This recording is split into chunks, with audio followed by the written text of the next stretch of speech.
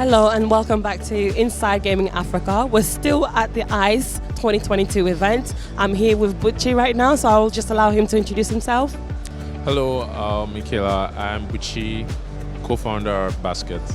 Oh, great. Nice to meet you, Buchi.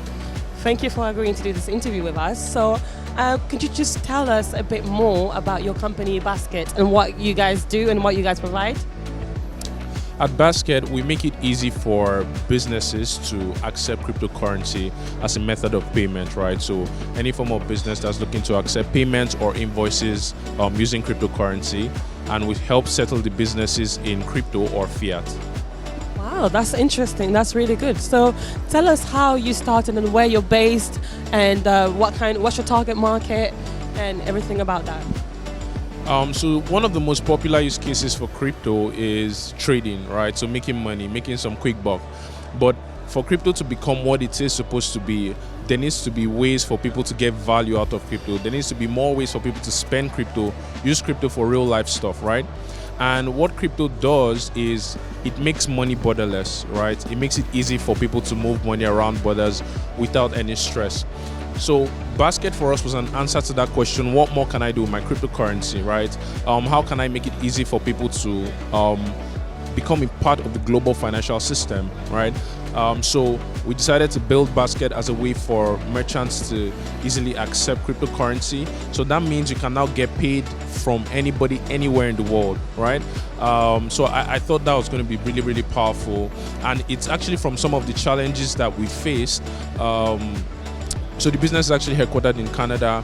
I live in Nigeria and Dubai.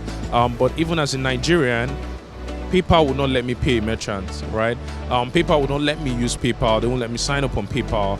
And basically what that means is I've been excluded from that, all of the merchants who use, the hundreds of millions of merchants who use PayPal across the world, right? But Bitcoin sort of makes that possible for me to now be a part of this system, right? So being able to extend that to anyone, anywhere in the world, that's what we're trying to do at Basqet. Wow, that's so good. That's interesting. So tell me a bit more about your relationship, the Basqet relationship with the gaming industry.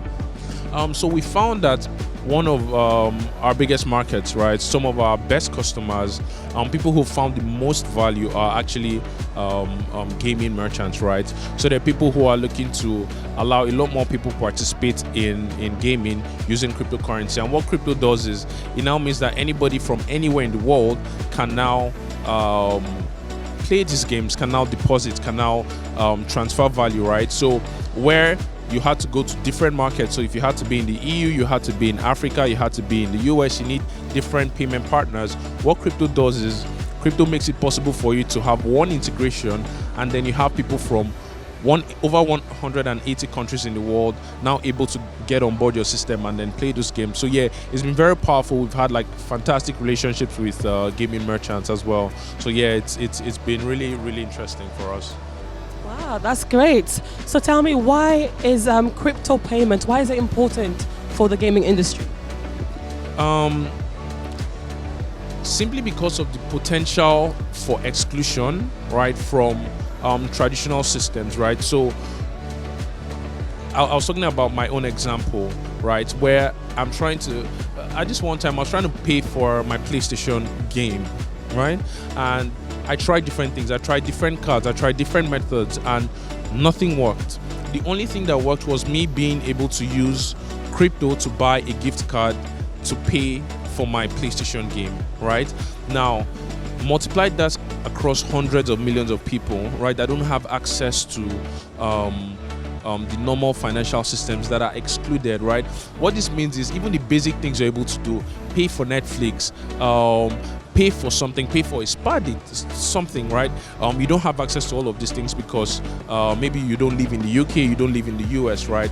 But what crypto does is crypto makes it possible for everyone, everywhere in the world to now become a part of this system. Of course, some of the things that's very important to us is actually putting the compliance checks both on the cryptocurrency and on the people who are making the payments, right? So that's important. But like once that's done, can people actually just do what they want to do? Can they just become a part of this financial system without creating barriers and gates that block people out, right? So that's something we're trying to build with gaming, and that's some of the greatest value that we've seen in the gaming industry as well. Oh, that's good. That's great. So, tell me, why should African operators, because we want to encourage them to use your company, so why should they use your company? So for us, even beyond our company, right, we want a lot more people to take a deeper look at crypto, right?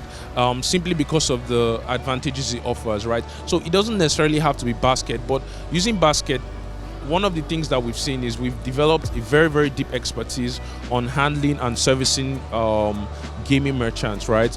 So we have unique relationship on how to settle them, flexibility on even the KYC. We understand the licensing requirements around gaming merchants and stuff. So it has sort of become our nation, our forte, right?